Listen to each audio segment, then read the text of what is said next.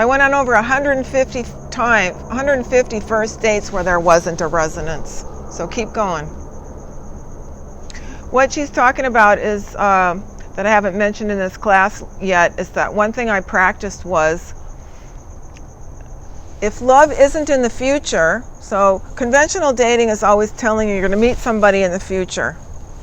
It's never right now. This isn't the right person. I'm going to meet somebody in the future. The orgasm's in the future. It's not right now. So I started practicing, this person is my beloved. This is who love is possible with right now. So the universe put this person for me to love in front of me right now. I used to practice this. I used to go get Chinese foot massage. Is anybody else into that? It's like a great secret, right? It's like $25 full body massage. It's the best thing. Anyway, so I used to go to those, and I used to practice being a tantric lover by, so I was single. I was like, this is my lover in this moment, and this is my lover touching me, and this is where love is right now. And I started practicing that on dates.